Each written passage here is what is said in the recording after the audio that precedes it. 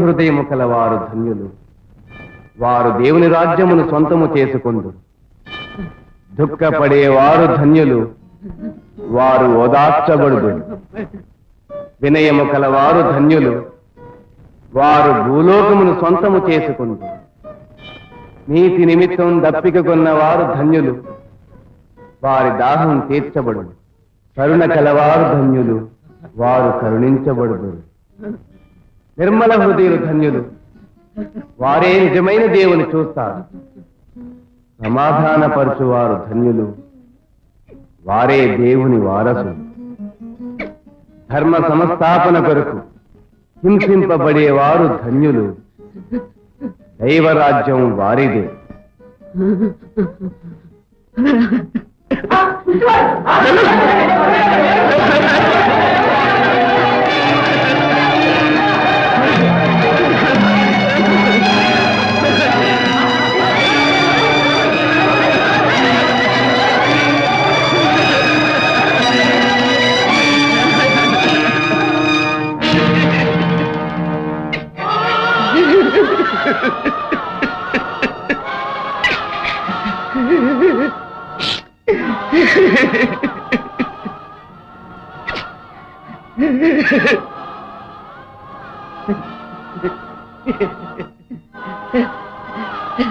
కన్నామయ్య, నిన్ను చూసే భాగ్యం నాకు కలిగింది.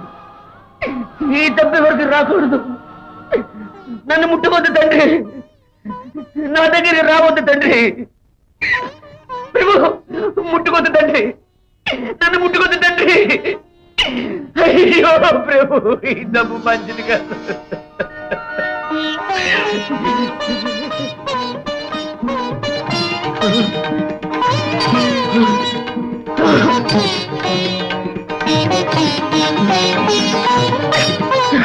కరుణామయుడ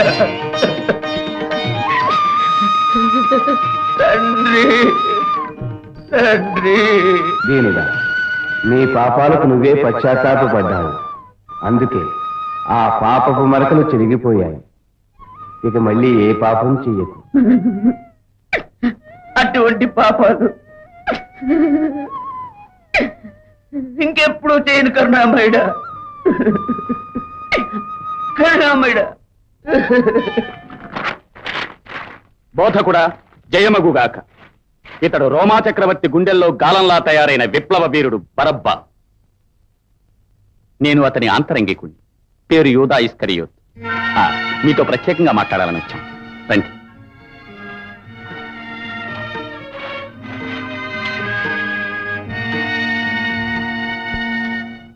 బోధకుడా, నా మిత్రుడు యూదా ద్వారా నీ గురించి విన్నాను, ఈ రోజు కళ్ళారా చూశాను.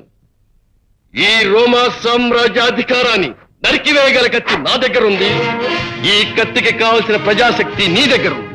నాతో చేయగలవు. కత్తితో జీవించేవాడు కత్తితోనే మరణిస్తాడు బరబ్బా. నీ కోరిక మన్నించలేను. బోధకుడా, బాగా ఆలోచించు. మీరిరువురు కలిస్తే అడకత్తెరలో పడిన పోకచక్కల రోమా సామ్రాజ్యం నలిగి పతనం అవుతుంది.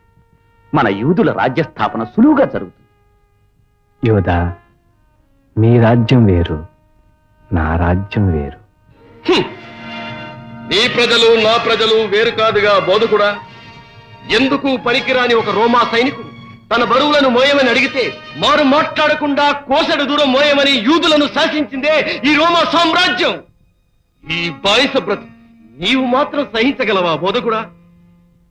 కోసెడు దూరం మోయమంటే ఆమడ దూరం మోసేవాడే నా తండ్రి రాజ్యంలో ఉండటానికి అర్హుడు బరబ్బా.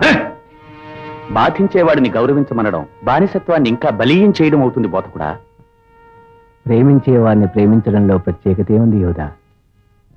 మంచివారికే గాక చెడ్డవారి కొరకు కూడా వర్షం కురిసినట్లు బాధించే వారి మీద కూడా చూపగలిగిందే ప్రేమ.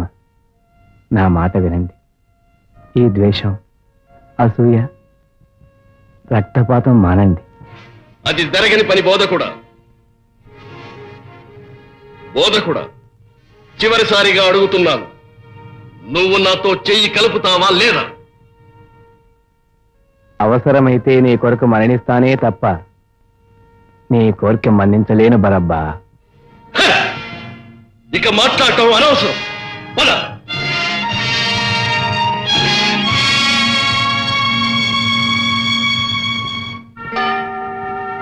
బోధకుడా, వెళ్ళిరా యోధా.